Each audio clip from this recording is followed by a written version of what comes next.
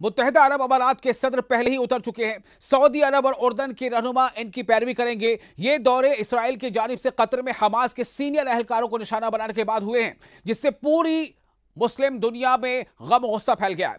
दोहा ने इस हमले को साफ खिलाफ वर्जी करार दिया है, यानी दोहा ने अपना सख्त रद्दअमल जाहिर किया है। दोहा ने यह भी कहा है कि इसराइल को बैनुल अक़वामी अदालत में घसीटा जाना चाहिए और मुश्तरका रद्दअमल के लिए कोशिशें शुरू भी कर चुका है। कशीदगी में इजाफे के साथ ही अमरीकी साख को भी जबरदस्त बट्टा लगा है। जी हां, वही अमरीकी साख, जैसे मैंने आपको पहले बताया कि अमरीका एक तरह से कहीं ना कहीं चौकीदार था, क्योंकि कतर में अमरीका का सबसे बड़ा बेस है मशरिक़ वस्ता में, तब भी यह हमला हुआ। हालात कुछ इस तरह तब्दील हो रहे हैं कि जिसके बारे में इसराइल ने शायद तवक्को भी नहीं की थी। अमरीकी मीडिया, जी हां, एक बड़ी खबर आपको दे रहे हैं। अमरीकी मीडिया से बातचीत में कतर के वजीर आजम ने कहा है कि एक रद्दअमल है जो खित्ते से आएगा, एक बड़ा रद्दअमल, एक बड़ा रिएक्शन इस पूरे अरब खित्ते से आएगा। ताहम इस रद्दअमल पर फिलहाल खित्ते के दीगर शराकतदारों के साथ मुशावरत और बातचीत जारी है। उन्होंने मजीद कहा कि पूरा खलीजी खित्ता ही खतरे में है और इसराइल की कार्रवाई को रियासती दहशतगर्दी के मुतरादिफ करार दिया है। ताहम भी जाहिर किया है कि कतर के इलाकाई शराकतदार, यानी जो भी रीजनल पार्टनर्स हैं, इज्तिमाई रद्दअमल पर मुत्तफिक होंगे, यानी ज्वाइंट रिएक्शन, ज्वाइंट एफर्ट, यानी मिलजुल कर। जैसा मैंने पहली रिपोर्ट कहा था कि क्या एकजुट हो रहे हैं अरब ममालिक, बिल्कुल एकजुट हो रहे हैं, लेकिन किस हद तक, क्या करेंगे, इसके बारे में थोड़ा इंतजार करना पड़ेगा। अभी आपको हम बातें बताने वाले हैं।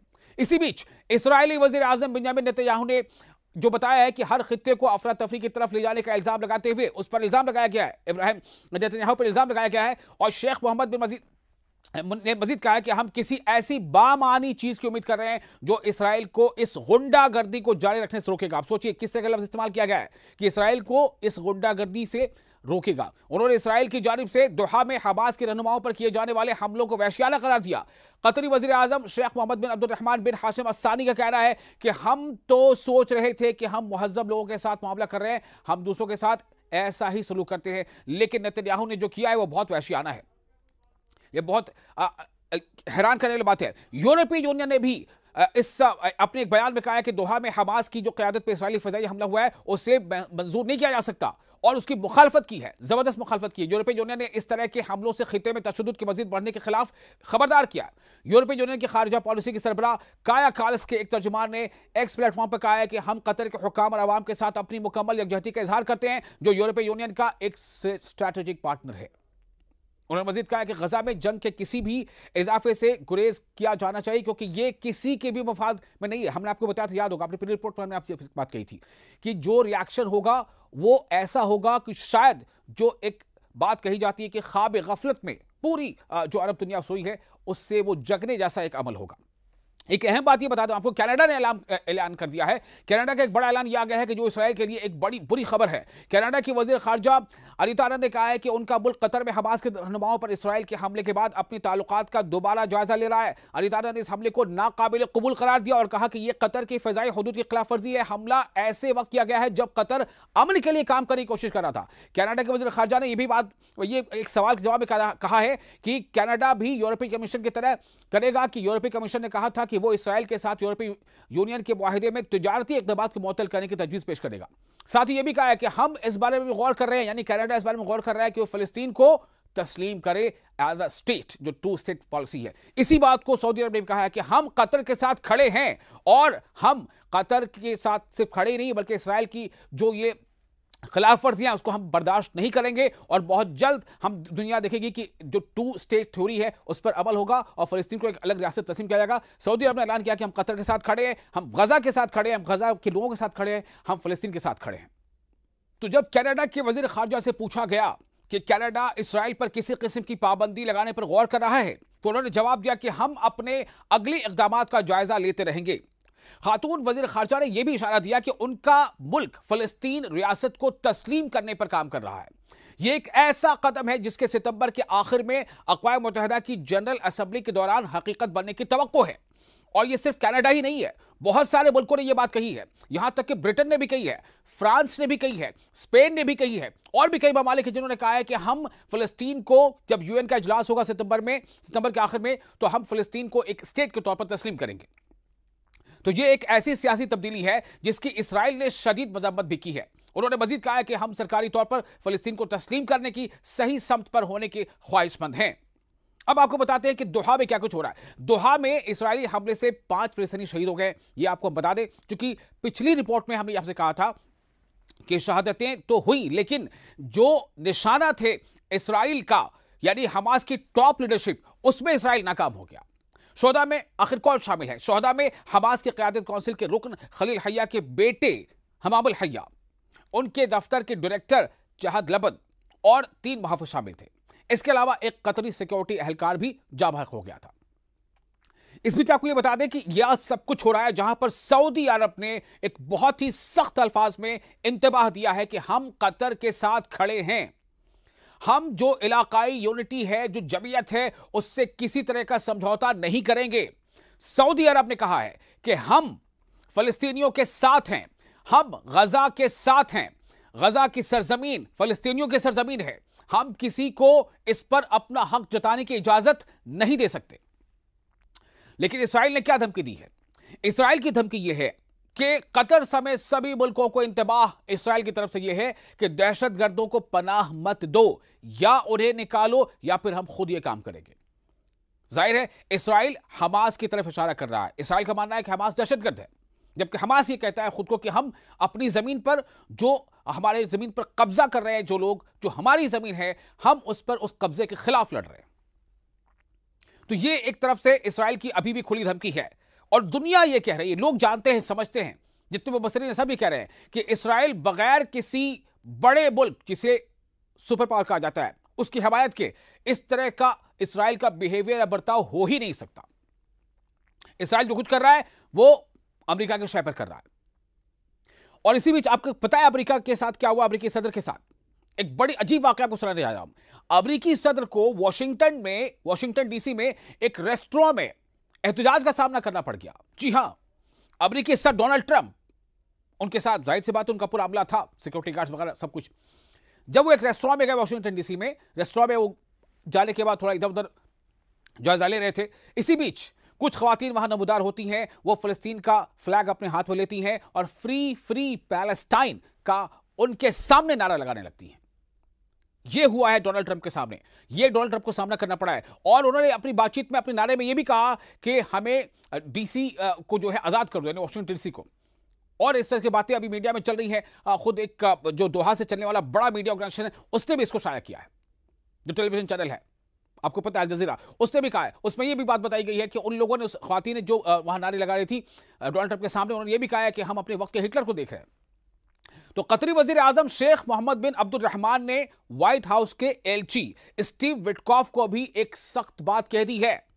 कतर ने अमेरिका को आंखें दिखा दी हैं। किस तरह से हम ये बात कह रहे हैं आप सुनिए। कतरी वजीर आजम, यानी कतर की जो वजीर आजम है शेख मोहम्मद बिन अब्दुर्रहमान, ने व्हाइट हाउस के एलची स्टीव विटकॉफ को बताया कि कतर इस वाक़े के बाद, यानी जो इसराइल ने कतर पर हमला किया, दोहा पर हमला किया, कि कतर इस वाक़े के बाद अपनी सिक्योरिटी शराकतदारी पर दोबारा गौर करेगा, जिसे उन्होंने खयानत करार दिया है। अमानत में खयानत, यानी कि कहीं ना कहीं अमेरिकी साख पर बट्टा।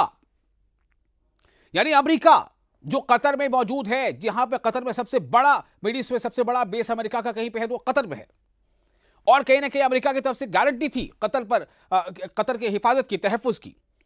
उन्होंने कहा, यह भी कहा, यानी किसने कहा? कतर के वज़ीर आज़म, उन्होंने कहा है कि अगर जरूरत पड़ी तो दोहा अपनी सलामती के लिए दूसरे शराकतदार भी तलाश कर सकता है। यानी कि हम अमेरिका के पिछलग्गू बने रहेंगे ऐसा कोई जरूरी नहीं है। हम इस बात पर गौर कर रहे हैं, हम कुछ अलग फैसला ले सकते हैं। यह कतर के वज़ीर आज़म ने डोनाल्ड ट्रंप के एलची स्टीव विटकॉफ को कहा है। ज़राए के मुताबिक शेख मोहम्मद बिन अब्दुर्रहमान अस्सारी ने वाज़ेह किया कि कतर जो पिछले 6 माह में पहले ईरान और फिर इसराइल के हमलों का निशाना बन चुका है, अब वॉशिंगटन के साथ अपनी सिक्योरिटी शराकतदारी का गहरा जायजा लेगा। यानी जो पार्टनरशिप है सिक्योरिटी को लेकर के, अग्रीमेंट है सिक्योरिटी को लेकर के। अब आप सोचें, जाहिर है आपको तो पता होगा कि जब इसराइल और ईरान, जब ये जंग चल रही थी, उस दरमियान ईरान ने क्या किया था? ईरान ने कतर पर हमला किया था।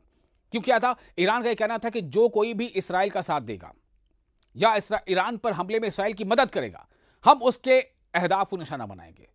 तो इसलिए ईरान ने कतर में मौजूद अमेरिकी बेस पर निशाना बनाया था, अमेरिकी बेस पर हमला किया था।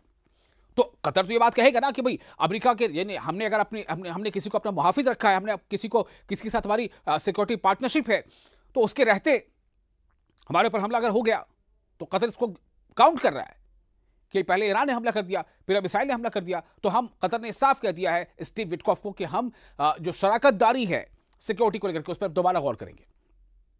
उधर अमेरिकी सदर डोनाल्ड ट्रंप ने इस्राएली वज़ीर आज़म बेंयामिन नेतन्याहू से कहा है कि कतर पर दोबारा हमला ना किया जाए, लेकिन नेतन्याहू ने किसी किस्म का अवामी माफीनामा जारी नहीं किया है। हालांकि ट्रंप ने अपने गुस्से का इजहार टेलीफोनिक बातचीत में किया था। इसके बरक्स, इसके उलट नेतन्याहू ने इशारा दिया है कि वो एक और हमले का हुक्म भी दे सकता है। सलामती कौंसिल यानी यूनाइटेड नेशन सिक्योरिटी काउंसिल ने कतर की दरख्वास्त पर मशरिक़ वस्ता की सूरत हाल पर इजलास तलब किया। अक़वाम मुत्तहिदा के सेक्रेटरी जनरल एंटोनियो गुतरेस ने मंगल को इसराइल की तरफ से दोहा में हमास के रहनुमाओं को निशाना बनाए जाने के बाद कतर की खुदमुख्तारी की खुली खिलाफ वर्जी की मजम्मत की। यानी एंटोनियो गुतरेस ने कतर पर जो इसराइल ने हमला किया तो इस हमले की मजम्मत की, इसराइल की मजम्मत की। गुतरेस ने कहा कि कतर गजा में जंग बंदी और हमास के पास तमाम कैदियों की रिहाई के लिए एक बहुत मुस्बत किरदार अदा कर रहा है, एक इंपॉर्टेंट रोल प्ले कर रहा है। उन्होंने सहाफियों से कहा कि तमाम जो इसके पार्टनर्स हैं, जो फरीकैन हैं, तमाम जो पार्टीज हैं, उनको गजा की पट्टी में पायदार जंग बंदी के हुसूल के लिए काम करना चाहिए, न कि गजा की पट्टी को तबाह करने के लिए काम होना चाहिए।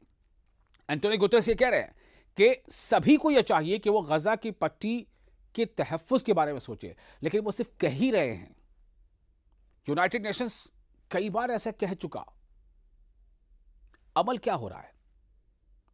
अभी वो इस लायक भी नहीं हो पाया, इतनी भी उसकी ये बात नहीं बन पाई कि इस तरह से कि जो मिस्र के पास जो बॉर्डर पर जो एड्स के ट्रक खड़े हैं उनको गजा में जाने की इजाजत मिल सके। इसराइल ने रोक रखा है। किसकी हिम्मत है? कौन इसे खुलवाएगा?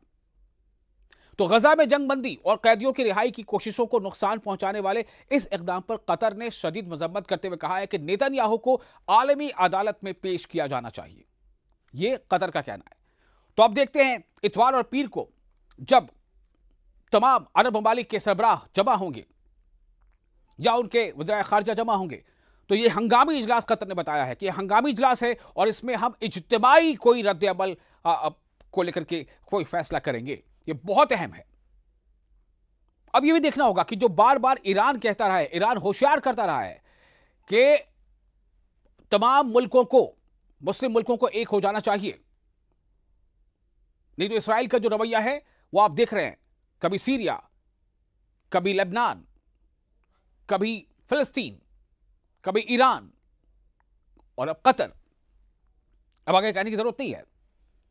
तो यह देखना अहम है तुर्की का अब क्या रद्द-ए-अमल सामने आता है, ईरान आगे और अब क्या कहता है, पाकिस्तान किस तरह से कॉल से बढ़कर आगे और क्या कुछ कर सकता है।